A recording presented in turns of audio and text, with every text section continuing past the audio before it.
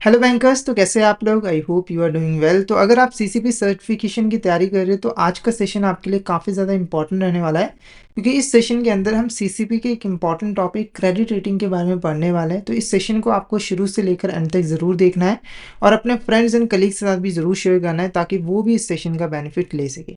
और फटाफट से बिना किसी देरी के आज के सेशन को स्टार्ट करते हैं। तो आज का जो हमारा फर्स्ट टॉपिक है वो है क्रेडिट रिस्क मैनेजमेंट इन बैंक। तो सबसे पहले हम क्रेडिट रिस्क का मीनिंग समझेंगे कि क्रेडिट रिस्क बेसिकली होता क्या है। तो क्रेडिट रिस्क को एक सिंपल से एग्जांपल की हेल्प से समझेंगे। तो मान के चलिए यहाँ पर एक एबीसी बैंक है और यहाँ पर एक एक्स पर्सन है। एबीसी बैंक ने एक्स पर्सन को 10 लाख रुपए का लोन दिया है और ये जो लोन है वो 10 सालों के लिए जो है वो दिया गया है। ठीक है। और यहाँ पे 20% चांसेस है कि जो एक्स पर्सन है वो बैंक का पैसा जो है वो वापस नहीं करेगा, यानी कि वो डिफॉल्ट कर देगा, जिसकी वजह से बैंक को लॉस होगा। तो ये जो 20% चांसेस है ना बोरोवर के डिफॉल्ट करने के और बैंक को लॉस होने के, इसी को हम क्रेडिट रिस्क जो है वो कहते हैं। वैसे तो देखो, एक बैंक बहुत सारे रिस्क फेस करता है, मार्केट रिस्क, ऑपरेशनल रिस्क, पर सबसे ज़्यादा जो इंपॉर्टेंट रिस्क होता है जिसको मैनेज करना ज़रूरी होता है बैंक के लिए, वो होता है क्रेडिट रिस्क। क्योंकि बैंक का मेन काम ही है लोन्स एंड एडवांसेस जो है वो प्रोवाइड करना। और जब भी एक bank loans and advances provide करता है तो वहाँ पर वो क्रेडिट रिस्क जो है वो फेस करता है। इसीलिए बैंक को यहाँ पर इफेक्टिव तरीके से क्रेडिट रिस्क को मैनेज करना ज़रूरी होता है, ताकि वो अपनी फाइनेंशियल स्टेबिलिटी, प्रॉफिटेबिलिटी को मेंटेन कर पाए और रेगुलेटरी गाइडलाइंस को भी जो है वो फॉलो कर पाए। अब यहाँ पर हम बात करेंगे क्रेडिट रिस्क की अंडरस्टैंडिंग की। तो वैसे तो मैंने आपको मीनिंग समझा दिया है। अब यहाँ पर आप इसकी डेफिनेशन देखिए। तो credit risk refers to inability and unwillingness of a borrower और a counterparty to meet their financial obligation. ठीक है। जब हम क्रेडिट रिस्क की बात करते हैं तो अगर कोई बोरोवर जो है वो लोन को रिपे करने के लिए एबल नहीं है और डिफॉल्ट कर दे, तो ये भी क्रेडिट रिस्क होता है।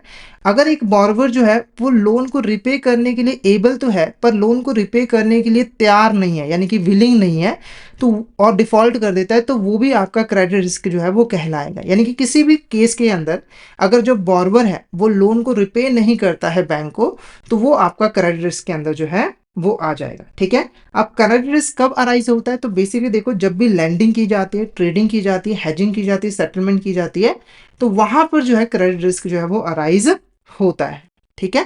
तो यहाँ पर आप मीनिंग समझ चुके हो ना क्रेडिट रिस्क का। अब यहाँ पर बात करेंगे टाइप्स ऑफ क्रेडिट रिस्क। तो मेनली देखो, क्रेडिट रिस्क को आप दो टाइप्स में डिवाइड कर सकते हो। एक होता है आपका ट्रांजेक्शन रिस्क और एक होता है पोर्टफोलियो रिस्क। सबसे पहले अगर हम ट्रांजेक्शन रिस्क की बात करें तो इसे डिफॉल्ट रिस्क भी कहा जाता है। जब एक बैंक किसी बोरोवर को लोन देता है, ठीक है, और बोरोवर जो है वो डिफॉल्ट कर देता है और उसकी वजह से बैंक को लॉस होता है, तो वो आपका ट्रांजेक्शन रिस्क कहलाएगा। यानी कि बोरोवर के डिफॉल्ट करने के जो चांसेस होते हैं, ठीक है, और उससे बैंक को जो लॉस होने के चांसेस होते हैं, वो आपका क्रेडिट रिस्क जो है वो कहलाता है। एक चीज मैं आपको बता दूं कि ये जो क्रेडिट रिस्क है, ये एक्चुअली में लॉस अभी हुआ नहीं है, बल्कि लॉस होने के चांसेस है, ये ध्यान में रखना है। ठीक है। दूसरा पोर्टफोलियो रिस्क। अब एक बैंक जो है वो इन्वेस्टमेंट वगैरह भी करता है, ठीक है, तो बैंक का जो लोन पोर्टफोलियो है, यानी कि उसने जो टोटल लोन्स एंड एडवांसेस दिए हैं, जो इन्वेस्टमेंट किए हैं, उसके अंदर जो ओवरऑल क्रेडिट रिस्क पाया जाता है, बैंक फेस करता है, वो आपका पोर्टफोलियो रिस्क जो है वो कहलाता है। अब पोर्टफोलियो रिस्क के भी दो टाइप्स होते हैं। एक होता है इंट्रिंसिक रिस्क। ठीक है।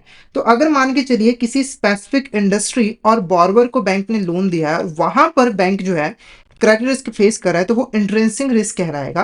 कंसंट्रेशन रिस्क क्या होता है? तो यहाँ पर देखो, अगर बैंक ने अपना सारा का सारा पैसा किसी पर्टिकुलर सेक्टर या फिर बोरोवर या फिर जियोग्राफी में लोन की फॉर्म में दे दिया है, तो वहां पर उसे कंसंट्रेशन रिस्क जो है वो फेस करना पड़ता है। फिर आपका आता है external internal factors affecting credit risk. देखो, क्रेडिट रिस्क को बहुत सारे फैक्टर जो है वो अफेक्ट करते हैं, जिनकी वजह से क्रेडिट रिस्क बढ़ भी जाता है, क्रेडिट रिस्क कम भी हो जाता है। और जब हम क्रेडिट रिस्क मैनेजमेंट की बात करते हैं तो हमें इन फैक्टर्स को ही मैनेज करना होता है और मॉनिटर करना होता है। तो फैक्टर्स दो तरह के हैं, एक एक्सटर्नल और इंटरनल। सबसे पहले अगर हम एक्सटर्नल फैक्टर्स की बात करें तो एक्सटर्नल फैक्टर्स ऐसे फैक्टर्स होते हैं जो कि बैंक के कंट्रोल में नहीं होते, ना ही बोरोवर के कंट्रोल में होते हैं। जैसे कि मान के चलिए एक एक्सवाइजेड कंपनी है, उसने एबीसी बैंक से यहाँ पर जो है वो लोन लिया है। ठीक है। अब देखो, जो इकोनॉमिक कंडीशंस है, इकोनॉमिक में रिसेशन आना, इकोनॉमिक का डाउन चले जाना, इसके ऊपर ना तो इसका कंट्रोल है और ना ही इसका कंट्रोल है, तो ये आपका एक्सटर्नल फैक्टर के अंदर आएगा। ठीक है। यहाँ पर आप देख सकते हो, पहला आपका इकोनॉमिक कंडीशन है, यानी कि इकोनॉमी के अंदर रिसेशन चल रहा है, इन्फ्लेशन चल रहा है, या फिर जीडीपी स्लो डाउन हो गया, ये आपका एक्सटर्नल फैक्टर है और इसकी वजह से क्रेडिट रिस्क इंक्रीज होता है। क्यों? क्योंकि देखो, इनकी वजह से जो एक्सवाइजेड कंपनी है वो अपना काम सही तरीके से नहीं कर पाएगी, उसको लॉसेस होंगे, और जब उन्हें लॉसेस होंगे तो अल्टीमेटली वो लोन रिपे नहीं कर पाएगी, डिफॉल्ट कर देगी। उसके बाद अगर कमोडिटी और इक्विटी प्राइस में फ्लक्चुएशंस आते हैं, यानी कि ये कंपनी जिस प्रोडक्ट में डील करती है अगर उसके प्राइसेस में डिफरेंस आते हैं, फ्लक्चुएशंस आती हैं, या फिर इसके इक्विटी शेयर्स में अगर प्राइसेस में फ्लक्चुएशंस आते हैं, तो इसकी वजह से भी क्रेडिट रिस्क बढ़ता है। उसके बाद अगर इंटरेस्ट रेट और फॉरेन एक्सचेंज में भी फ्लक्चुएशंस आती हैं, वॉलेटिलिटी आती है, खास करके अगर कंपनी एक्सपोर्ट का काम करती है तो वहां पर क्रेडिट रिस्क बढ़ जाता है। गवर्नमेंट पॉलिसीज और रेगुलेशन, अगर गवर्नमेंट पॉलिसीज और रेगुलेशन कंपनी के फेवर में नहीं है, जैसे कंपनी के ऊपर बहुत ज़्यादा गवर्नमेंट टैक्स लगा रही है, तो उसकी वजह से भी कंपनी के ऊपर बर्डन पड़ेगा, ये पैसा नहीं कमा पाएगी, प्रॉफिट नहीं कमा पाएगी, इसको लॉसेस होंगे और ये डिफॉल्ट कर देगी। उसके बाद अगर ट्रेड रिस्ट्रिक्शन लगा दिए गए, जैसे इस कंपनी को गवर्नमेंट ने बोला कि आप इंडिया से बाहर नहीं जा सकते हो, इकोनॉमिक पेनल्टी कोई लगा दी गई है ना, तो इस केस में भी ये भी आपका एक्सटर्नल फैक्टर होगा। कुछ इंटरनल फैक्टर भी होते हैं, जैसे कि अगर मान के चलिए अगर हम बैंक के पॉइंट ऑफ व्यू से बात करें, तो बैंक की अगर लोन पॉलिसीज अच्छी नहीं है, यानी कि बैंक ने जो लोन पॉलिसीज बनाई है जिसको फॉलो करके वो लोन देती है, उसमें कहीं ना कहीं खामियां हैं, जिसकी वजह से वो सही तरीके से लोन नहीं दे पाती है, और जो लोन्स है वो एनपीए में कन्वर्ट हो रहे हैं, या फिर बैंक यहाँ पर क्रेडिट अप्रेजल जो है वो सही तरीके से नहीं कर रहा है, लोन देने से पहले बॉर्बर की क्रेडिट वर्दिनेस को नहीं अच्छे तरीके से जान पाता है। उसके बाद अगर प्रूडेंशियल क्रेडिट लिमिट्स की एब्सेंस है, यानी कि कोई यहाँ पर अगर क्रेडिट लिमिट फिक्स नहीं की गई है, तो बैंक जो है वो बिना सोचे समझे जो है लोन देगा, जिससे अल्टीमेटली फ्यूचर में जाकर उसे लॉस ही होने वाला है, क्योंकि वहां पर डिफॉल्ट ही हो जाएंगे, क्योंकि आप ज्यादा लोन दोगे किसी एक सेक्टर में, तो अगर वो सेक्टर फेल हो गया तो आपका सारा पैसा जो है वो डूब जाएगा। उसके बाद अगर बैंक जो है वो कोलैटरल पे ज्यादा डिपेंडेंट रहता है, यानी कि उसके पास अगर कोलैटरल आ गया तो बैंक ने बिना सोचे समझे यहाँ पर लोन दे दिया, तो उसकी वजह से भी क्रेडिट रिस्क जो है वो इंक्रीज होता है। अगर पुअर लोन रिव्यू है या फिर पोस्ट सैंक्शन मॉनिटरिंग पुअर है, यानी कि आप अच्छे तरीके से लोन को रिव्यू नहीं कर रहे और लोन को सैंक्शन करने के बाद उसे मॉनिटर नहीं कर रहे हो सही तरीके से, फंड जो है वो डाइवर्ट किए जा रहे हैं बोरोवर के द्वारा, तो इससे भी आपको जो है वो लॉस होगा। ठीक है, इसीलिए अगर जो आपका रिस्क मैनेजमेंट सिस्टम है वो अच्छा नहीं हो, तो उसकी वजह से बैंकों के अंदर कई बार फाइनेंशियल डिस्ट्रेस जो है वो देखने को मिलते हैं, और ये लगातार हमें हमेशा देखने को मिलते हैं कि अगर बैंक रिस्क मैनेजमेंट सिस्टम अच्छे तरीके से स्टैब्लिश नहीं कर पाती है, तो उसकी वजह से बैंक के ऊपर भारी नुकसान जो है पड़ना होता है, बैंक को भारी नुकसान जो है वो होता है, लॉसेस जो है वो होते हैं। अब यहाँ पर हम बात करेंगे आरबीआई की guidelines on credit risk management. तो आरबीआई ने यहाँ पर क्या क्या गाइडलाइंस दिए हैं, तो देखो आरबीआई ने बैंकों को बोला कि आपको क्रेडिट रिस्क को मैनेज करने के लिए 4 चीजों के ऊपर ध्यान देना होगा। वो 4 चीजें क्या है, सबसे पहला है measuring credit risk through credit rating and scoring. तो बैंकों को आरबीआई ने बोला है कि आप क्रेडिट रेटिंग और स्कोरिंग का यूज करिए और उससे क्रेडिट रिस्क को मेजर करिए लोन देने से पहले, और क्रेडिट रिस्क के अकॉर्डिंग ही आप डिसाइड करिए कि आपको लोन देना है या फिर नहीं देना है। अगर लोन देना है तो किस टर्म एंड कंडीशन के ऊपर जो है वो देना है, इंटरेस्ट रेट किस हिसाब से डिसाइड जो है वो करना है। ठीक है, इसके लिए बैंकों को एक कॉम्प्रिहेंसिव रिस्क स्कोरिंग मॉडल को जो है वो डेवलप करना होगा, जो कि यहाँ पर industry, business, financial management risk को कवर करे। ठीक है, उसके बाद यहाँ पर जो मिनिमम क्रेडिट रेटिंग थ्रेशोल्ड है वो भी यहाँ पर सेट करना होगा, यानी कि बैंक को पहले से ही डिटरमाइन करना होगा कि कितनी क्रेडिट रेटिंग वाली बॉर्वर को उन्होंने लोन देना है। जैसे बैंक यहाँ पर सेट कर सकते हैं कि अगर किसी को ट्रिपल भी यहाँ पर रेटिंग मिली है या फिर उससे कम रेटिंग मिली है, तो बैंक उसे यहाँ पर लोन नहीं देगा, सिर्फ इससे अबव वाले रेटिंग को ही, क्रेडिट रेटिंग वाली कंपनी को ही बैंक लोन देगा। ठीक है, उसके बाद पीरियोडिक रिव्यूज भी करने हैं, ताकि यहाँ पर जो भी रेटिंग दी गई थी उनको चेक किया जा सके कि रेटिंग में कहीं चेंज तो नहीं आया। जैसे हो सकता है कि पहले हमने जो रेटिंग दिया वो ट्रिपल ए दी है, पर बाद में कंपनी की फाइनेंशियल पोजीशन खराब हो गई तो रेटिंग कम होकर ट्रिपल बी रह गई है, तो ये भी चीज को हमें चेक करके उसे सेट करना जरूरी होता है। दूसरा जो इंपॉर्टेंट चीज है जिसके ऊपर फोकस करना चाहिए बैंक को, वो है क्रेडिट रिस्क को क्वांटिफाई करना, यानी कि आप कितना क्रेडिट रिस्क फेस कर रहे हो उसको मेजर करना। इसके लिए सबसे पहले बैंक को एक्सपेक्टेड क्रेडिट लॉस को जो है वो एस्टिमेट करना पड़ेगा। देखो एक्सपेक्टेड क्रेडिट लॉस क्या होता है, तो बैंक मेनली देखो लोन्स वगैरह प्रोवाइड करता है, तो वहां पर चांसेस है कि बैंक जितनी भी प्रिकॉशंस ले ले, जितनी भी कोशिश कर ले, कुछ ना कुछ ऐसे लोन होंगे जिसके ऊपर डिफॉल्ट होगा ही होगा। तो वो जो चीज है वो एक्सपेक्टेड क्रेडिट लॉस है, जो कि हम एक्सपेक्ट कर ही रहे हैं कि ऐसा होना ही होना है। ठीक है, जैसे एग्जांपल मैं आपको देता हूं कि आप जब कपड़ा बना रहे हो तो कपड़े की कटिंग कर रहे हो, ठीक है, तो ये एक्सपेक्टेड है कि कपड़े की कटिंग करोगे तो कुछ कपड़ा आपका खराब होगा ही होगा। ऐसे ही जब बैंक क्रेडिट फैसिलिटीज प्रोवाइड करते हैं तो बैंक पहले एक्सपेक्ट करके चलता है कि इतना जो क्रेडिट लॉस होने ही वाला है। इसके लिए वो हिस्टोरिकल जो रीपेमेंट बिहेवियर है अपने कस्टमर्स का वो चेक करेगी और उसके बिहाफ पर वो कैलकुलेट करेगी। फिर जो अनएक्सपेक्टेड लॉसेज है ना उनको भी कैलकुलेट करेगी, यानी कि पास्ट ट्रेंड के अंदर जो वेरिएशंस आए जैसे कई बार क्या है कि 1 साल के अंदर जो डिफ़ॉल्ट हुआ था 2 करोड़ का हुआ था, अगले साल जो डिफ़ॉल्ट हो गया वो सीधा 20 करोड़ का हो गया। तो ये जो वेरिएशन है ना, इससे इसकी वजह से हम अनएक्सपेक्टेड लॉस को भी जो है वो कैलकुलेट जो है वो करते हैं। उसके बाद जो तीसरी जो चीज़ है वो ये है कि रिस्क को साइंटिफिकली प्राइसिंग करनी है। प्राइसिंग करने का मतलब क्या है कि जितना ज़्यादा रिस्क होगा ना, उतना ज़्यादा ही आप प्राइस जो है वो फिक्स करोगे। जैसे अगर एक बैंक यहाँ पर लोन दे रहा है, ठीक है? अगर बॉर्बर को ट्रिपल ए रेटिंग मिली हुई है तो यहाँ पर रिस्क कम है, तो लोन के ऊपर इंटरेस्ट जो है वो कम चार्ज किया जाएगा, जैसे 5%, ठीक है? अगर यहाँ पर जो बॉर्बर है बहुत ज़्यादा रिस्क है, उसको ट्रिपल भी यहाँ पर रेटिंग मिली है, तो यहाँ पर बैंक इंटरेस्ट चार्ज करेगा 10% ज़्यादा, ताकि वो इस रिस्क को कंपनसेट जो है वो कर पाए, ठीक है? क्योंकि ज़्यादा रिस्क ज़्यादा रिटर्न। इसके लिए बैंक को risk adjusted return on capital का यहाँ पर यूज करना है, जिसकी हेल्प से वो लोन को इफेक्टिवली प्राइस कर पाए, यानी कि उसका प्राइस फिक्स कर पाए। साथ के साथ इकोनॉमिक कैपिटल को भी यहाँ पर एलोकेट कर पाए अनएक्सपेक्टेड लॉस के अकॉर्डिंग, ठीक है? क्रेडिट रिस्क को उसको लगातार बेसिस पे ये जो चौथी चीज है वो है क्रेडिट रिस्क को मॉनिटर करना और कंट्रोल करना। इसके लिए यहाँ पर बैंक को क्या करना होगा, अपने जितने भी लोन्स एंड एडवांसेस हैं उनको लगातार मॉनिटर करते रहना होगा, और जो भी यहाँ पर वीक लोन्स हैं उनको पहले ही आइडेंटिफाई कर लेना होगा, ताकि यहाँ पर प्रोएक्टिव एक्शन लिए जा सके। जैसे अगर कोई बॉर्बर है वो लगातार उसने 2 ईएमआई को मिस कर दिया, तो बैंक इसको पहले ही आइडेंटिफाई कर लेगा और प्रोएक्टिव एक्शन लेगा, उससे बातचीत करेगा और उससे ईएमआई को रिकवर करने की कोशिश करेगा। उसके बाद एडिक्वेट प्रोविजन भी यहाँ पर मेंटेन करके रखेगा। अगर मान के चलो बैंक को लग रहा है कि एक बॉर्बर डिफॉल्ट करने वाला है, तो बैंक पहले से ही उसके लिए अपने पास सेव पैसा जो है वो सेव करके रखेगा। जैसे बैंक ने 50 लाख का लोन दिया है, तो बैंक को लग रहा है कि 50 लाख का लोन डूबने वाला है, तो बैंक पहले से ही 50 लाख रुपए अपने पास सेव करके रख लेगा, रिजर्व करके रख लेगा, प्रोविजन क्रिएट करके रख लेगा, ताकि अगर ये लॉस होता है तो उस लॉस से बैंक के ऊपर कोई नेगेटिव इंपैक्ट जो है वो ना पड़े। उसके बाद यहाँ पर लोन एक्सपोजर लिमिट को भी सेट करना जरूरी है, ताकि हम उसके अकॉर्डिंग ही लोन दे पाए। जैसे कि हम सेट कर सकते हैं कि ट्रिपल ए रेटिंग वाले को हम मैक्सिमम 50 लाख का लोन देंगे, ट्रिपल बी रेटिंग वाले को हम मैक्सिमम 10 लाख रुपए का लोन देंगे, उससे कम वाले को हम सिर्फ 5 लाख का लोन देंगे। ऐसे हम सेट कर सकते हैं रेटिंग के हिसाब से। उसके बाद हमें रेगुलर पोर्टफोलियो रिव्यू भी जो है वो करना है, ताकि हम अपने लोन बुक की क्वालिटी को असेस कर पाए कि हमारी लोन बुक की क्वालिटी कैसी है, हमारे हमने जो लोन दिया है उसकी क्वालिटी कैसी है। साथ के साथ जो रिस्क पॉलिसीज है और टॉप मैनेजमेंट रिपोर्टिंग है, उसके साथ भी हमें कंप्लाइंस करना जो है वो जरूरी है। और अगर हमारे पास एक वेल स्ट्रक्चर्ड रेटिंग और स्कोरिंग सिस्टम है, तो उसकी हेल्प से ना हम क्रेडिट डिसीजंस को स्टैंडर्डाइज कर सकते हैं और रिस्क मैनेजमेंट को भी इंप्रूव जो है वो कर सकते हैं। अब बात करेंगे यहाँ पर importance of credit risk rating in bank. Bank के अंदर क्रेडिट रिस्क रेटिंग की यहाँ पर क्या इंपॉर्टेंस है?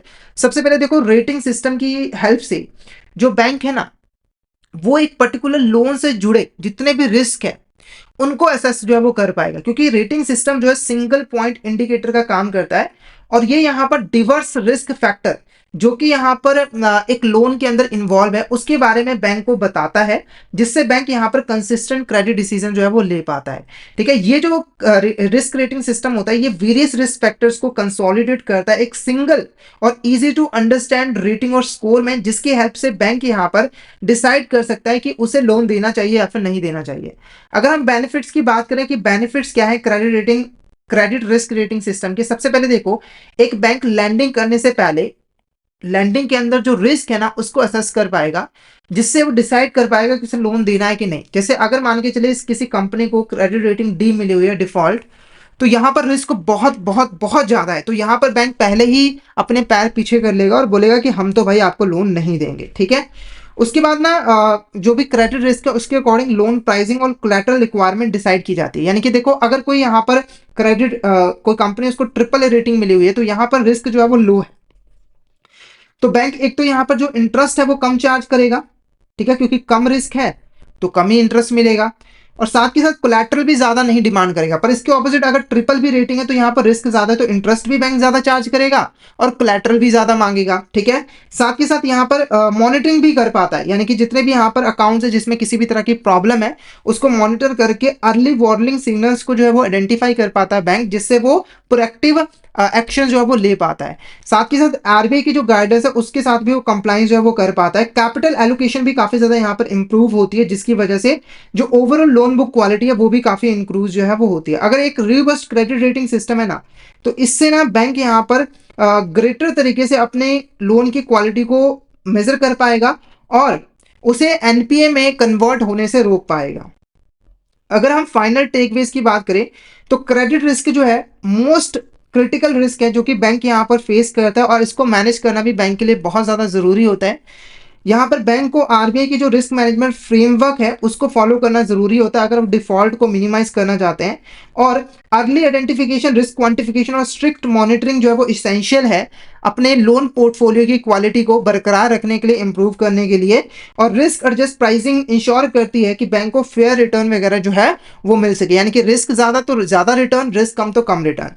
क्रेडिट रेटिंग सिस्टम जो है वो बेसिकली यहाँ पर स्टैंडर्डाइज होने चाहिए और कंटिन्यूसली उसको अपडेट करना जो है वो जरूरी होता है, ठीक है।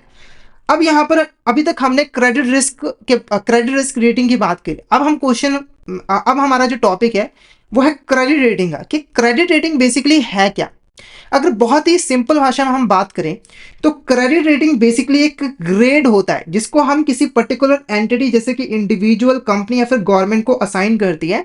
और ये जो ग्रेड है वो हमें बताता है कि जो बोरोवर है, यानी कि जो एंटिटी है, उसकी क्रेडिट वर्दीनेस कैसी है। जैसे कि मान के चलिए एक एबीसी कंपनी है, इसको हमने AAA क्रेडिट रेटिंग जो है वो प्रोवाइड कर दी, ठीक है। तो ये बेसिकली एक ग्रेड है जो कि हमें इस कंपनी की क्रेडिट वर्दीनेस के बारे में बताता है कि ये जो लोन ले रहा है वो इस लोन को रिपे कर भी पाएगा या फिर नहीं कर पाएगा। देखो अगर ये ग्रेड हायर है, जैसे मैंने AAA रेटिंग दी है, तो इसका मतलब है कि कंपनी बहुत अच्छी है, यहाँ पर रिस्क कम है और इसकी क्रेडिट वर्दीनेस भी बहुत ज्यादा है, यानी कि ये आसानी से लोन को जो है वो रिपे कर देगा। क्योंकि देखो जब हम ये ग्रेड को कैलकुलेट करते हैं तो इसके लिए हम लोग जो एंटिटी की जो भी फाइनेंशियल हिस्ट्री है, जो भी फाइनेंशियल डेटा है, जो भी फाइनेंशियल स्टेटमेंट है, उसका प्रॉपर तरीके से एनालिसिस करते हैं और उसके बेसिस पे हम डिटरमाइन करते हैं कि कंपनी अच्छी है या फिर बुरी है, ज्यादा रिस्की है या फिर कम रिस्की है, और उसके बेसिस पे हम इसको रेटिंग जो है वो प्रोवाइड करते हैं। अगर ये फाइनेंशियली स्ट्रांग है, फाइनेंशियल परफॉर्मेंस इसकी बहुत अच्छी है, इसीलिए हमने इसको AAA रेटिंग जो है वो प्रोवाइड की है।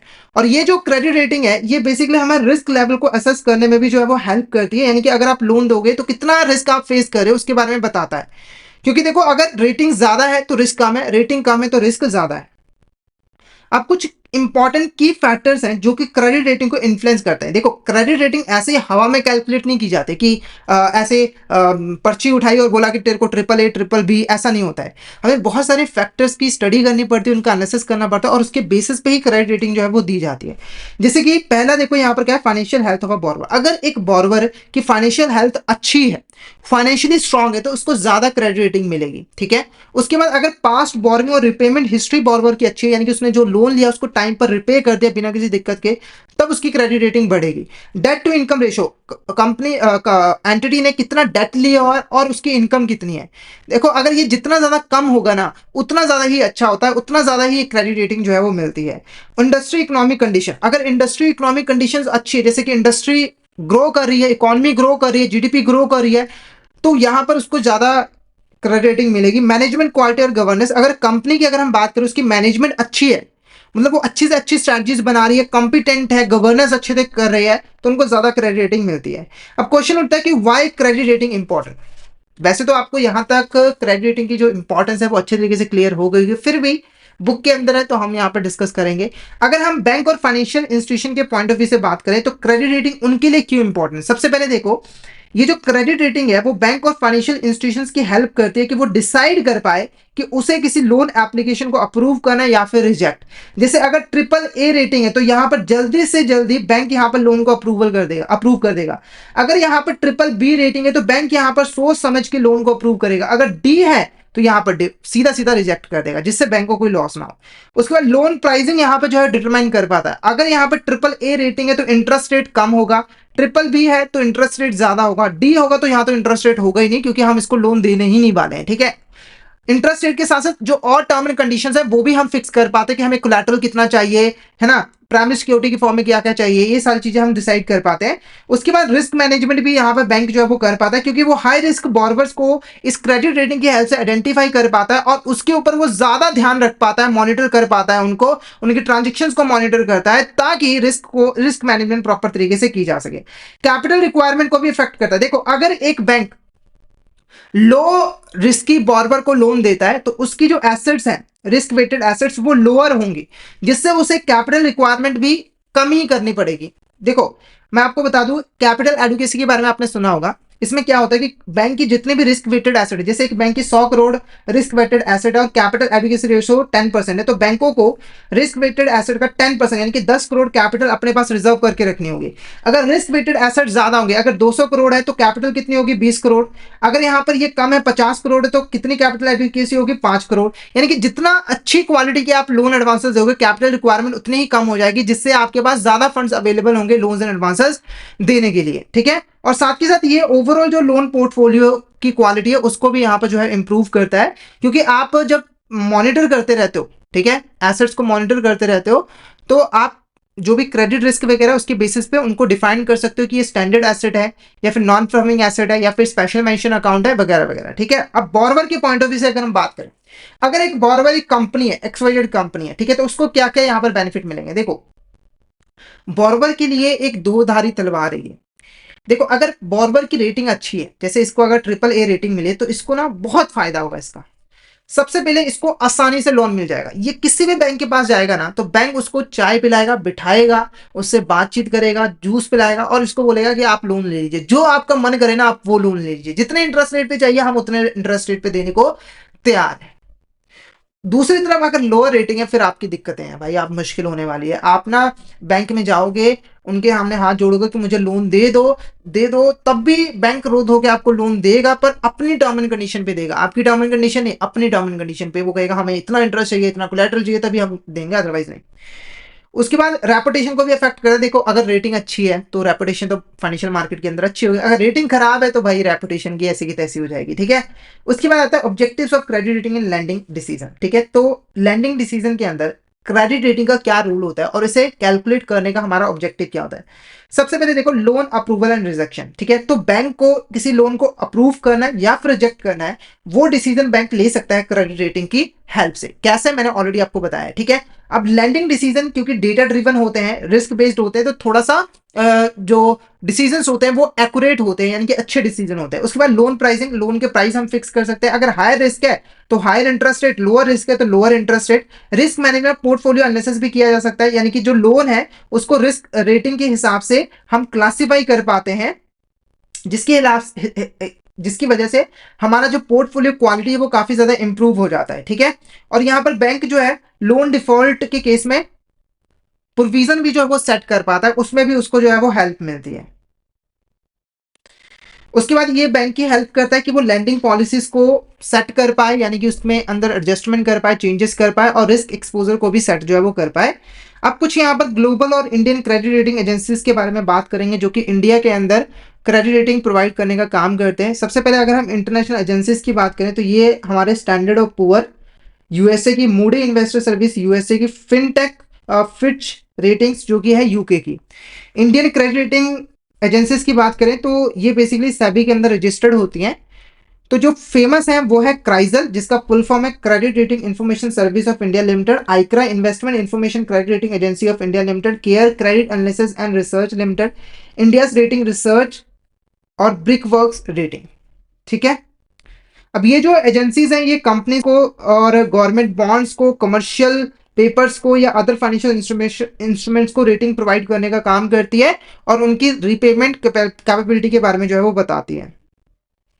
अब क्वेश्चन उठता है कि how credit rate impact banking operation. तो ये जो क्रेडिट रेटिंग्स होती हैं वो बैंकिंग ऑपरेशंस के ऊपर कैसे जो है वो इम्पैक्ट डालती है। ठीक है, सबसे पहले अगर हम यहाँ पर बात करें रेगुलेटरी रिक्वायरमेंट, देखो एक बैंक जो रेगुलेटरी रिक्वायरमेंट्स होती है उसको फुलफिल कर पाता है। देखो, आरबीआई ने बोला हुआ है कि अगर लार्ज कॉर्पोरेट लोन है तो उनकी क्रेडिट रेटिंग करवानी जरूरी है, यानी कि बैंक पहले उसकी क्रेडिट रेटिंग देखेगा फिर ही उसको लोन देगा, अदरवाइज उसको लोन जो है वो नहीं देगा। अगर लार्ज कॉर्पोरेट अनरेटेड रहते हैं तो बैंक के ऊपर पेनल्टी जो है वो लगती है। तो जो बैंक्स होती हैं वो आरबीआई की जो गाइडलाइंस है उसको जो है वो फॉलो कर पाते हैं क्रेडिट रेटिंग की हेल्प से। ठीक है, उसके बाद बैंक यहाँ पर एक्सटर्नल रेटिंग से यहाँ पर यूज करते हैं ताकि वो कॉर्पोरेट एक्सपोजर को के हिसाब से कैपिटल एलोकेशन जो है वो सही तरीके से जो है वो कर सके। ठीक है, फिर आता है risk weighted asset and capital requirement. तो जो हाई रेटेड लोन्स होते हैं वहां पर कैपिटल प्रोविजंस कम होती है, यानी कि बैंक को कम कैपिटल अपने पास रिजर्व करके रखनी पड़ती है, और वो कम कैपिटल के साथ भी बेसल नॉर्म्स को फुलफिल कर पाती है। ठीक है, साथ ही साथ ये बैंक को एनकरेज करती है कि वो लो रिस्क बिजनेस को ही यहाँ पर सिर्फ और सिर्फ लोन दे, यानी कि रिस्की लोन जो है वो ना दे। फिर आता है decision making and loan structuring. तो बैंक यहाँ पर डिसीजन मेकिंग कर पाता है। जैसे एक बैंक जो है वो क्रेडिट रेटिंग के हिसाब से जो लोन का स्ट्रक्चर है वो डिसाइड कर पाता है, यानी कि उसकी जो टर्म एंड कंडीशंस है वो डिटरमाइन कर पाता है कि कितनी सिक्योरिटी चाहिए। ठीक है, और इंटरेस्ट यहाँ पर कितना होगा, कितने टाइम पीरियड में रीपेमेंट यहाँ पर की जाएगी, ये सारी चीजें होती है। ठीक है, जो लोअर रेट बोरोवर्स होते हैं उनको बैंक बोल सकता है कि आप हमें कुछ एडिशनल कोलैटरल दीजिए या गारंटी दीजिए, तभी हम आपको लोन देंगे, अदरवाइज आपको लोन नहीं देंगे। फाइनल टेकअवेज की अगर हम यहां पर बात करें तो क्रेडिट रेटिंग जो है वो काफी क्रूशियल टूल है बैंकों के लिए रिस्क को एसेस करने के लिए और डिसीजन मेकिंग करने के लिए। हायर क्रेडिट रेटिंग जो है वो हायर क्रेडिट रेटिंग की वजह से बैंक की जो बोरवर होता है उसकी जो बोरविंग कॉस्ट होती है वो कम हो जाती है और उसको सस्ते दामों पे जो है फंड्स मिल जाते हैं। लार्ज कॉर्पोरेट बोरवर्स के लिए क्रेडिट रेटिंग करवाना मैंडेटरी होता है आरबीआई की नॉर्म्स के अकॉर्डिंग, अगर वो लोन लेना चाहते हैं। Global and Indian rating agencies जो है वो फाइनेंशियल मार्केट के अंदर काफी इंपॉर्टेंट रोल जो है वो प्ले करते हैं। उसके बाद ये बैंक की कैपिटल रिक्वायरमेंट्स को भी डायरेक्टली अफेक्ट करते हैं, फाइनेंशियल स्टेबिलिटी को भी डायरेक्टली अफेक्ट करते हैं। ठीक है, तो यहां पर हमने कुछ इंपॉर्टेंट टॉपिक्स को डिस्कस किया। अब नेक्स्ट टॉपिक को डिस्कस करने से पहले अगर आप सिस्टमैटिक वे में सीसीपी की प्रिपरेशन करना चाहते हो तो आप हमारे कोर्सेज में एनरोल कर सकते हो, जहां पर हम आपको प्रोवाइड करवाते हैं कॉन्सेप्चुअल वीडियोस जो कि हमारे हिंदी और इंग्लिश लैंग्वेज के मिक्स में अवेलेबल होते हैं। इसी के साथ हम आपको mock test, mega mock test भी प्रोवाइड करते हैं, जिनकी हेल्प से आप इजिली रिवीजन कर सकते हो, और ये जो हमारी लाइव क्लास होती है वो आपको रिकॉर्डेड फॉर्म में भी मिल जाती है। तो अगर आप सिस्टमैटिक वे में सीसीपी की प्रिपरेशन करना चाहते हो तो जल्दी से जल्दी हमारे कोर्स में एनरोल कर लीजिए। हमारे जो कोर्सेज हैं वो इजिली एक्सेसिबल है, आपको हमारे ऐप स्टोर, प्ले स्टोर दोनों ही जगहों पर मिल जाएंगे। आपको जस्ट टाइप करना है लर्निंग सेशन IBF एग्जाम्स और इन ऐप के थ्रू आप हमारे कोर्सेज में एनरोल कर सकते हो। और अगर आप अभी हमारे कोर्स में एनरोल करते हो तो आपको लगभग 82% तक का ऑफ मिल जाएगा हमारे कोर्सेज पे, जिसके लिए आपको कूपन कोड यूज करना होगा विंटर। तो फटाफट से इस कूपन कोड का यूज करके हमारे कोर्स में एनरोल कर लीजिए और हमारे टेलीग्राम चैनल को भी जरूर ज्वाइन कर लीजिएगा, क्योंकि हम इसमें एग्जाम से रिलेटेड, क्लासेस रिलेटेड जितने भी इंपॉर्टेंट अपडेट्स हैं वो डालते रहते हैं। और अगर आपको भी किसी भी तरह की क्वेरी आती है तो आप इस चैनल पर मैसेज कर सकते हो। तो फटाफट से हमारे टेलीग्राम चैनल को ज्वाइन कर लीजिए ताकि कोई इंपॉर्टेंट अपडेट आपसे मिस ना हो जाए। इसका लिंक आपको वीडियो के डिस्क्रिप्शन बॉक्स में मिल जाएगा। अब जो नेक्स्ट हमारा टॉपिक है वो है इंटरनल एक्सटर्नल क्रेडिट रेटिंग्स की कॉन्सेप्ट्स एंड प्रोसेस। सबसे पहले हम इंटरनल और एक्सटर्नल क्रेडिट रेटिंग होती क्या है इसका मतलब समझ लेते हैं।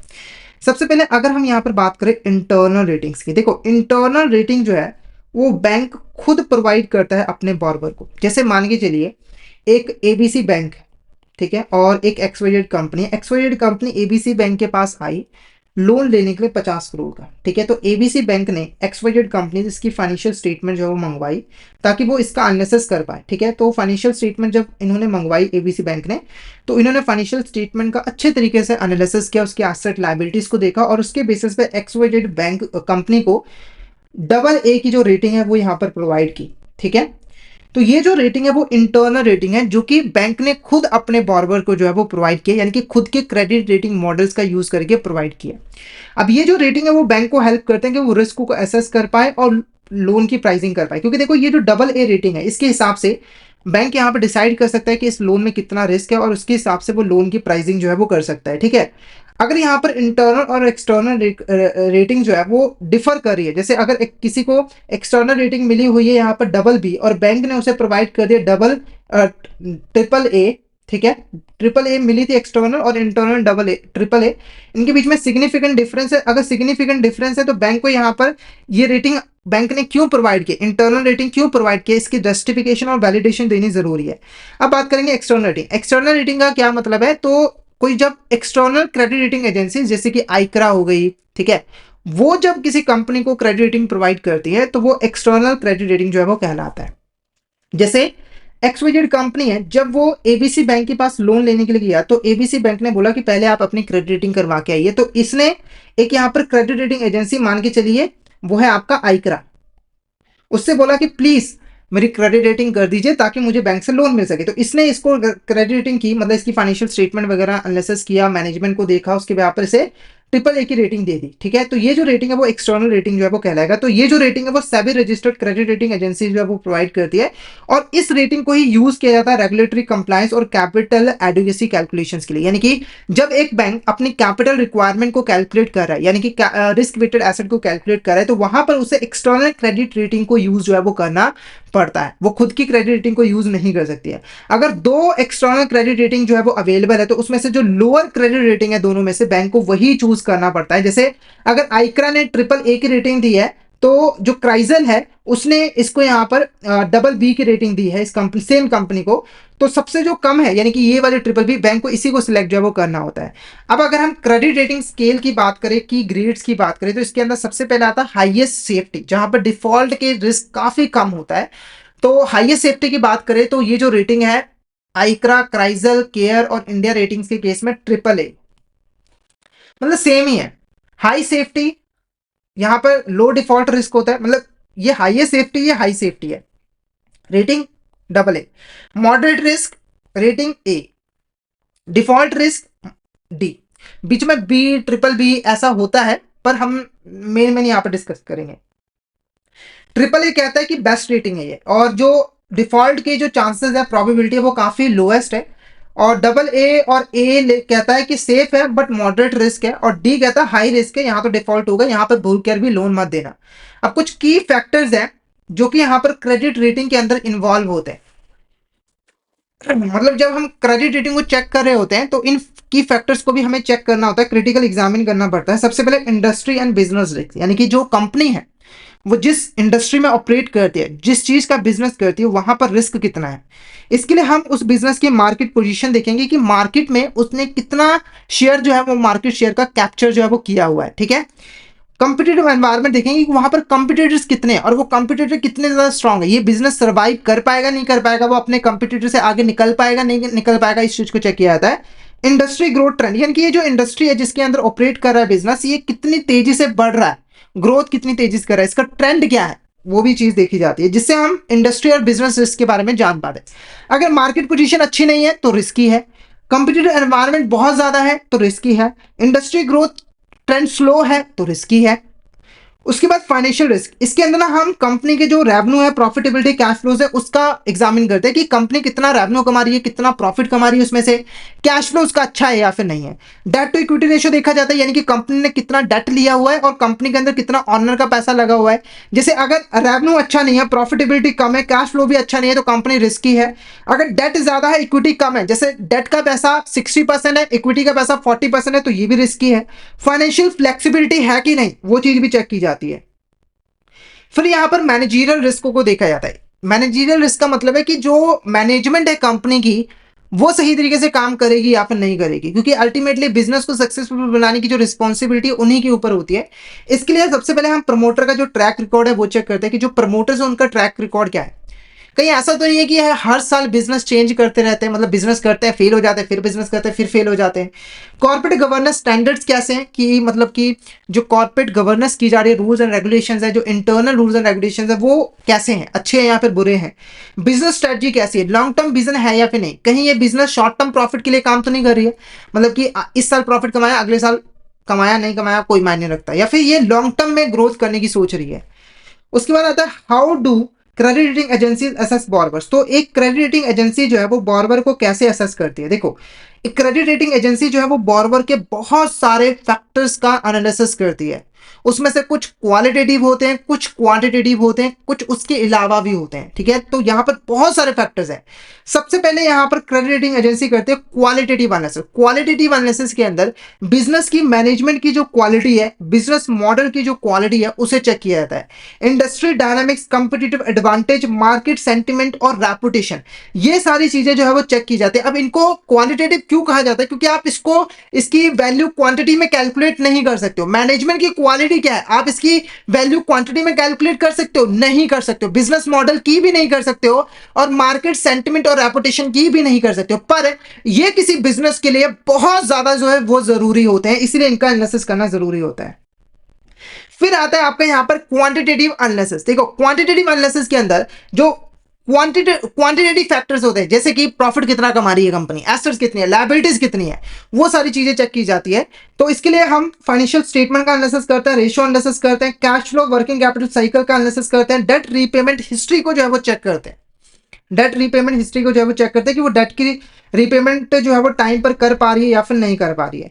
फिर आता है आपका यहाँ पर एक्सटर्नल इंफॉर्मेशन सोर्सेस। तो एक्सटर्नल इंफॉर्मेशन सोर्सेस के अंदर बिजनेस से बाहर बिजनेस के बारे में जो इंफॉर्मेशन है, जैसे कि SEBI disclosure, analyst reports, industrial trends, media reports and market news. ठीक है, तो आप इसका यूज करके कंपनी की रेपुटेशन के बारे में, कंपनी की फाइनेंशियल पोजीशन के बारे में जान सकते हो। ओके, तो ये यहाँ पर इंपॉर्टेंट फैक्टर्स है जिनको कंसीडर करना पड़ता है क्रेडिट रेटिंग को कैलकुलेट करते वक्त।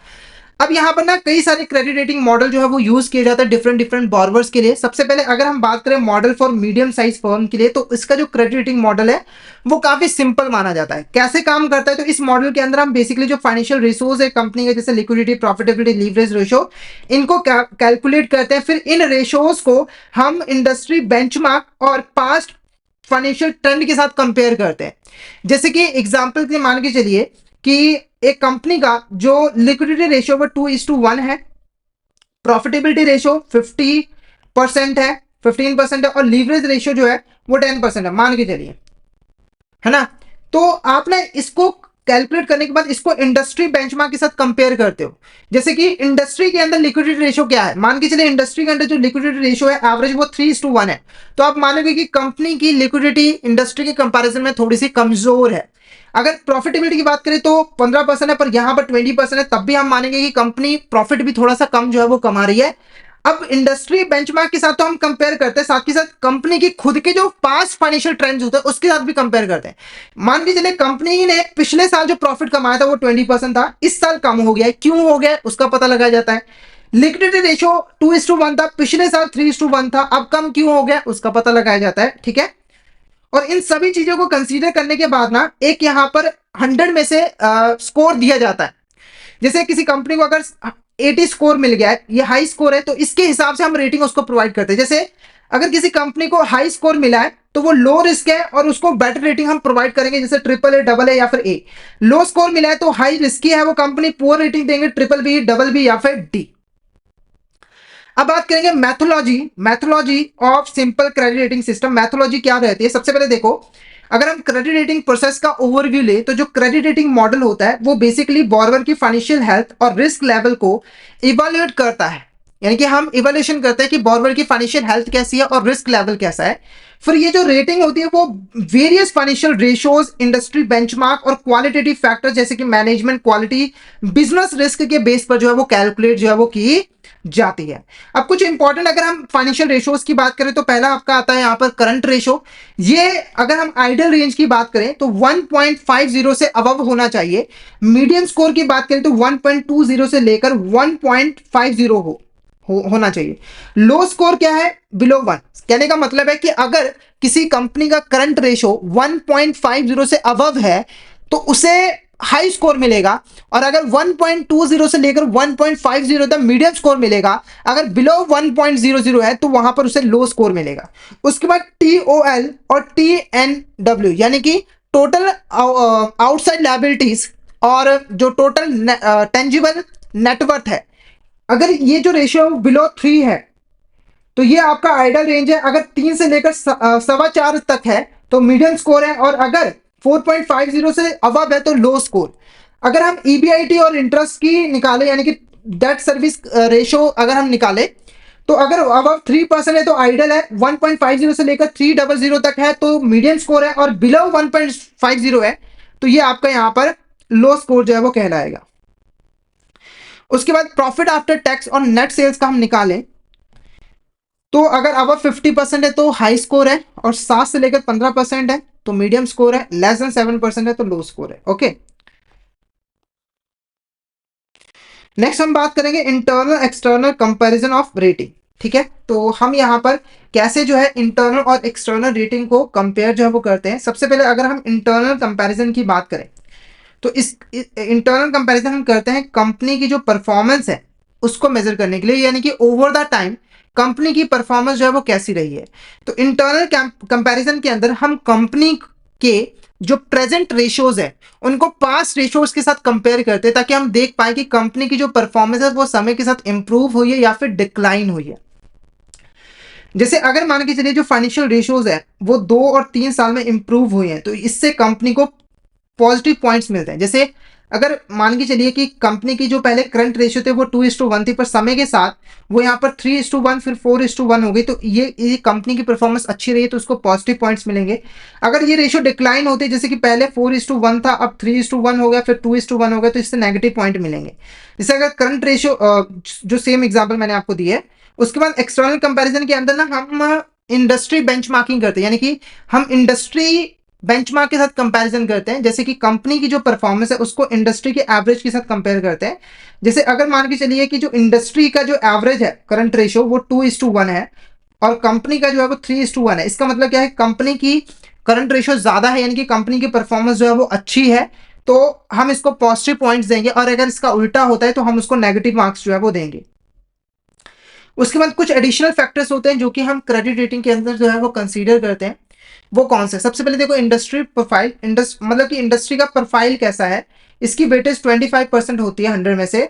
तो इंडस्ट्री प्रोफाइल के अंदर हम कंपटीशन देखते हैं कि किसी पर्टिकुलर इंडस्ट्री के अंदर कंपटीशन कैसा है, वो ज्यादा है या फिर कम है, मार्केट रिस्क कितना है।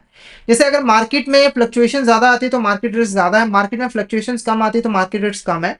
उसके बाद इंडस्ट्री साइक्लिकलिटी है या फिर नहीं, यानी कि जो इंडस्ट्री है उसके अंदर जो डिमांड होती है वो सीजनल होती है या फिर पूरे सीजन जो है वो स्टेबल रहती है। जैसे होता है ना कि वुलन इंडस्ट्री के अंदर जो डिमांड होती है वो सीजनल होती है, सिर्फ सर्दियों में उसकी डिमांड होती है, गर्मियों में बिल्कुल भी नहीं होती है। तो ये चीज को चेक करना है। उसके बाद रेगुलेटरी एनवायरमेंट रिस्क कितना है, मतलब कि जो गवर्नमेंट पॉलिसीज है वो इंडस्ट्री के फेवर में है या फिर उसके ऊपर रिस्ट्रिक्शंस लगा रही है, इस चीज को भी चेक किया जाता है। उसके बाद दूसरी जो चीज होती है यूजर और इनपुट प्रोफाइल, यानी कि बायर्स कितने हैं इंडस्ट्री के, सप्लायर कितने हैं, ये भी चीज चेक की जाती है। फिर मैनेजमेंट क्वालिटी चेक की जाती है और इसकी जो वेटेज है वो 25% की है। इसके अंदर हम लोग कंपिटेंस और ट्रैक रिकॉर्ड चेक करते हैं मैनेजमेंट का, कि मैनेजमेंट जो है वो कंपिटेंट है या फिर नहीं है, और उसका ट्रैक रिकॉर्ड जो है वो कैसा है। उसके बाद उनकी इंटीग्रिटी और प्रोफेशनलिज्म जो है चेक की जाती है, कि जो मैनेजमेंट है वो इंटीग्रिटी और प्रोफेशनलिज्म के साथ काम करता है या फिर नहीं करता है। उसके बाद कॉर्पोरेट गवर्नेंस स्टैंडर्ड्स का भी यूज जो है वो किया जाता है, मतलब उसको भी चेक किया जाता है कि कॉर्पोरेट गवर्नेंस स्टैंडर्ड्स यहाँ पर कैसे हैं। और फाइनेंशियल मैनेजमेंट के अंदर जो है वो एफिशिएंसी कैसी है वो भी चीज़ जो है वो चेक की जाती है। और लार्ज कंपनीज के केस में अगर हम बात करें तो कॉम्प्लेक्स मॉडल्स का यूज़ किया जाता है, तो वहाँ पर क्वालिटेटिव फैक्टर्स को भी इंक्लूड जो है वो किया जाता है।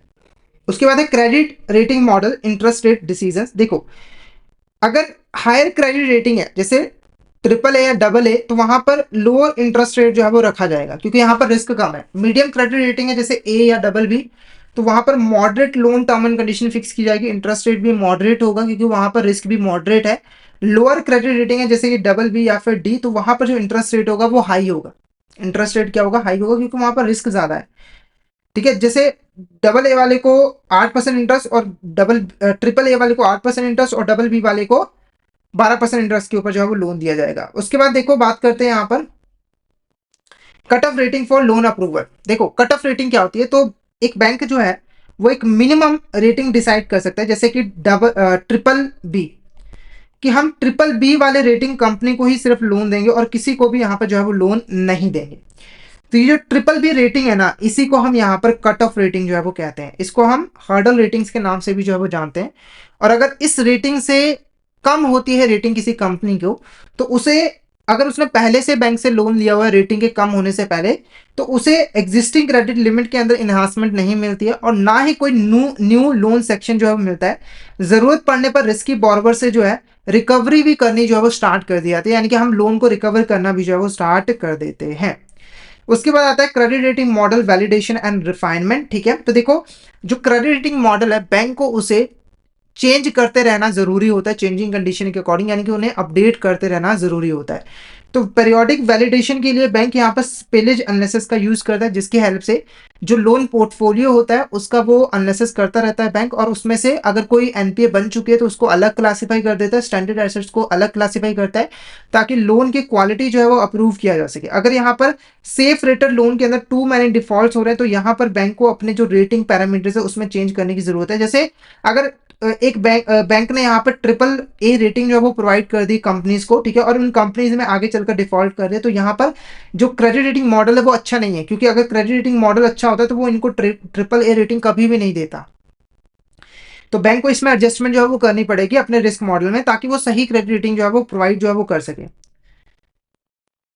अब यहाँ पर हम बात करेंगे credit rating model for different loan size. तो डिफरेंट लोन साइज के ऊपर डिफरेंट क्रेडिट रेटिंग मॉडल जो है वो एप्लीकेबल होते हैं। जैसे अगर जो लोन है वो 2 लाख से लेकर 1 करोड़ तक का है, तो वहां पर बेसिक मॉडल जो है वो एप्लीकेबल होता है। और अगर लोन जो है वो 1 करोड़ से कम है, एक्सेप्ट ट्रेडर, ठीक है, एक्सेप्ट ट्रेडर, तो उनके ऊपर एडवांस मॉडल लगता है। और अगर सॉरी 1 करोड़ से लोन अगर ज्यादा है, और अगर यहाँ पर 1 करोड़ से लोन ज्यादा है फॉर ट्रेडर, तो वहां पर स्पेशलाइज मॉडल का यूज जो है वो किया जाएगा। उसके बाद bank use different model based on different loan type, ये तो मैंने आपको बता दिया। उसके बाद बात करेंगे scope of application of external ratings in credit risk assessment. तो एक बैंक जो है वो एक्सटर्नल रेटिंग्स को किस हद तक यूज करती है क्रेडिट रिस्क को असेस करने के लिए, वो चीज हम डिस्कस करेंगे। सबसे पहले यहाँ पर consistency in choosing the rating. देखो बैंक को यहाँ पर कंसिस्टेंसी जो है वो मेंटेन करके रखनी पड़ेगी। जैसे अगर मान के चलिए हमारी 2 क्रेडिट रेटिंग एजेंसीज है, एक है आइक्रा और एक है क्राइजर, ठीक है। तो एक्सवाइजेड बैंक है, उसने 5 करोड़ का यहां पर लोन दिया ट्रिपल ए, ठीक है, 5 करोड़ का लोन दिया एक बिजनेस को, ठीक है, और उसने आइक्रा की जो क्रेडिट रेटिंग है उसको यहां पर यूज किया है। तो अब नेक्स्ट टाइम अगर मान के चले एक और बॉर्बर आता है, एक और बिजनेस आता है जो कि यहाँ पर सेम तरह का बिजनेस यहाँ पर जो वो करता है, सेम तरह का बिजनेस करता है, और वो भी 5 करोड़ का लोन लेने के लिए आया है, मतलब सब कुछ सेम है, तो यहां पर भी बैंक को आइक्रा की ही क्रेडिट रेटिंग यूज करनी होगी। ऐसा नहीं है कि जरूरत पड़ने पर क्राइजल की यूज करे, जरूरत पड़ने पर आइक्रा का, नहीं, ऐसा नहीं है। जैसे मान के चलिए कि ये जो बॉर्बर है, इसको आइक्रा ने जो क्रेडिट रेटिंग दी है वो है ट्रिपल ए, और क्राइजल ने जो दी है वो है यहाँ पर डबल ए। तो यहाँ पर बैंक के लिए बेनिफिशियल ये वाला है, तो बैंक ने आइक्रा की सेलेक्ट कर ली। उसके बाद सेम दूसरा बिजनेस आया, तो वहां पर आइक्रा ने जो क्रेडिट रेटिंग दी थी वो यहाँ पर डबल ए दी थी, और क्राइजल ने जो दी थी वो ट्रिपल ए दी थी। तो बैंक ने सोचा कि आप क्राइजल की लेते, तो ऐसा पॉसिबल नहीं है, आपको same same credit rating agencies के क्रेडिट रेटिंग को यूज करना होगा कंसिस्टेंटली, ठीक है। कोई भी यहां पर चेरी पिकिंग जो है वो नहीं की जाएगी, यानी कि डिफरेंट एजेंसीज के रेटिंग्स को यूज नहीं किया जाएगा अपने फेवर के लिए, ओके। उसके बाद अगर यहां पर मान के चले एक बैंक ने किसी स्पेसिफिक क्लेम टाइप, यानी कि किसी स्पेसिफिक लोन के लिए किसी स्पेसिफिक क्रेडिट रेटिंग एजेंसीज की रेटिंग को यूज किया है, तो उसे उस तरह के हर एक एक्सपोजर के लिए जो है इसी क्रेडिट रेटिंग एजेंसी की क्रेडिट रेटिंग को यूज करना होगा। जैसे बैंक अगर एक टर्म लोन दे रहा है, ठीक है, 5 करोड़ का, तो 5 करोड़ के लिए अगर उसने आइक्रा का क्रेडिट रेटिंग का यूज किया, तो उसे जितने भी वो टर्म लोन देगा 5 करोड़ के, अगर वर्किंग कैपिटल लोन है, टर्म लोन है, तो वो आइक्रा की ही क्रेडिट रेटिंग जो है वो यूज करेंगे। उसके बाद अगर मान के चले कोई ग्रुप कंपनी है, जैसे मान के चलिए ए एंड बी ग्रुप है, जिसके अंदर 2 सब्सिडरी है, इसकी एक ए सब्सिडरी एक बी सब्सिडरी, तो इसको जो क्रेडिट रेटिंग मिली है वो ट्रिपल ए है। तो बैंक ने जब इस बैंक के पास जब ये लोन लेने के लिए गया, तो बैंक ने इसे आसानी से लोन दे दिया। उसके बाद जब बी है, जब वो बैंक के पास लोन लेने गया, तो बैंक ने बोला कि ये तो सेम ग्रुप की एंटिटी है, तो अगर ए को ट्रिपल है तो इसको भी ट्रिपल है, तो इसको हम ट्रिपल ए रेटिंग जो है वो दे देते हैं। तो ऐसा पॉसिबल नहीं है, क्योंकि देखो एक ही पेरेंट कंपनी के अंदर हो सकता है, एक ही ग्रुप के अंदर एक कंपनी बहुत अच्छा परफॉर्म कर रही हो, यानी कि उसकी फाइनेंशियल पोजीशन बहुत ज्यादा स्ट्रांग हो, और एक कंपनी ऐसी जिसकी फाइनेंशियल पोजीशन अच्छी ना हो, मतलब सेम चीज हो सकती है, ओके। तो ये चीज का ध्यान जो है वो रखना पड़ेगा, मतलब कि अलग अलग क्रेडिट रेटिंग जो है वो करनी पड़ेगी। डिस्क्लोजर रिक्वायरमेंट की अगर हम बात करें, तो बैंक को यहां पर डिस्क्लोज करना पड़ेगा, क्या डिस्क्लोज करना पड़ेगा, कि उन्होंने किस क्रेडिट रेटिंग एजेंसीज की क्रेडिट रेटिंग को यूज किया है, और उसके बेसिस पे उसने कितने रिस्क वेट अपने एसेट को प्रोवाइड किया है, ठीक है। और बैंक को ये रिस्क वेट जो है वो आरबीआई को रिव्यू जो है वो करना पड़ेगा मैपिंग प्रोसेस के अंदर। उसके बाद entire exposure must be rated. देखो एक चीज ध्यान रखना है कि जब बैंक लोन दे रहा है, जैसे बैंक ने मान के चलिए 10 करोड़ का लोन दिया है, और उस पर जो इंटरेस्ट बन रहा है वो 1 करोड़ का है, तो टोटल एक्सपोजर कितना हो, 11 करोड़। तो पूरे के पूरे 11 करोड़ को रेटिंग देनी जरूरी है। मतलब ऐसा नहीं है कि बैंक सिर्फ 5 करोड़ को रेटिंग दिलवा रहा है, ठीक है, और बाकी 5 करोड़ को कह रहा है छोड़ रहने दे, सिर्फ 5 करोड़ की रेटिंग जो है वो करवा ली है, तो ऐसा पॉसिबल नहीं है। पूरे पूरे full extent of credit risk exposure को रेटिंग करवाना जरूरी है, जिसमें प्रिंसिपल और इंटरेस्ट दोनों ही इंक्लूडेड होते हैं, ठीक है। और एक रेटिंग तभी यहाँ पर जो है वो वैलिड होगी अगर उसमें वो जो रेटिंग है वो सभी पेमेंट्स के लिए की जाएगी, यानी कि पूरे के पूरे रिस्क एक्सपोजर के लिए जो है वो की जाएगी। और जो रेटिंग एजेंसीज है उसे यहाँ पर जो रेटिंग्स है उसको 15 लास्ट 15 मंथ के अंदर जो है रिव्यू करना जरूरी है और उसमें चेंजेस करने जो है वो जरूरी है। अगर रेटिंग आउटडेटेड हो जाते हैं, जैसे अगर 20 महीने हो चुके हैं और क्रेडिट रेटिंग एजेंसी ने उसको रिव्यू नहीं किया और बैंक ने अगर उस क्रेडिट रेटिंग को यूज करे तो ये सही नहीं माना जाएगा। इस क्रेडिट रेटिंग को यूज करने के बावजूद भी जो एसेट है उसको अनरेटेड ही माना जाएगा आरबीआई के द्वारा, ठीक है। उसके बाद है rating must be publicly available. तो जो एक्सटर्नल रेटिंग्स हैं वो पब्लिक डोमेन पर एक्सेसिबल जो है वो होनी चाहिए, यानी कि कोई भी पर्सन जो है बैंक की वेबसाइट के जो ऊपर जाकर उन रेटिंग्स को एक्सेस जो है वो कर पाए, ऐसा सिस्टम जो है वो होना चाहिए। कोई भी कॉन्फिडेंशियल या फिर प्राइवेट रेटिंग जो है वो रिस्क वेटिंग के लिए क्वालिफाई नहीं करती है, ठीक है। यानी कि आरबीआई की नज़र में वो रेटिंग नहीं है। अभी ऐसा इसलिए ज़रूरी है ताकि ट्रांसपेरेंसी जो है वो मेंटेन रहे क्रेडिट असेसमेंट के अंदर, किसी भी तरह की यहाँ पर मैनिपुलेशन जो है वो ना की जा सके और सिलेक्टिव डिस्क्लोजर ना की जा सके रेटिंग्स की। अब बैंक यहाँ पर जो है जब भी रेटिंग्स यूज़ करते हैं किसी भी स्पेसिफिक डेट के लिए, ठीक है, किसी भी स्पेसिफिक डेट के लिए, तो क्या वो किसी उसी रेटिंग को किसी अनरेटेड एक्सपोजर के लिए यूज़ कर सकती है। जैसे मान के चलिए बैंक ने एक 5 करोड़ का लोन दिया, इसकी जो रेटिंग थी वो थी AAA। तो अगर बैंक एक और लोन दे रहा है, क्या वो मतलब उसको रेटिंग नहीं दी है, तो क्या बैंक इस लोन की रेटिंग को उस लोन की रेटिंग के लिए यूज कर सकता है? तो क्वेश्चन है हाँ। पर ध्यान रखना है कि जो लोन है वो इक्वल प्रायोरिटी के होने चाहिए, और इक्वल प्रायोरिटी या फिर सीनियर, मतलब कि जो दूसरा आप लोन दे रहे हो वो ज्यादा प्रायोरिटी के। जैसे एग्जांपल समझाता हूं, एक बॉर्वर है ए, ठीक है, वो बैंक के पास आया और इसका जो क्रेडिट स्कोर है वो 850 है। तो बैंक ने इसे पहले एक यहां पर होम लोन दिया कितने का, 5 करोड़ का, ठीक है। तो इसकी रेटिंग, ये क्रेडिट स्कोर कितना है, 850। अब ये एक और होम लोन ले रहा है, एक और होम लोन ले रहा है, तो बैंक इसको एक और होम लोन जो है वो दे रहा है 5 करोड़ का।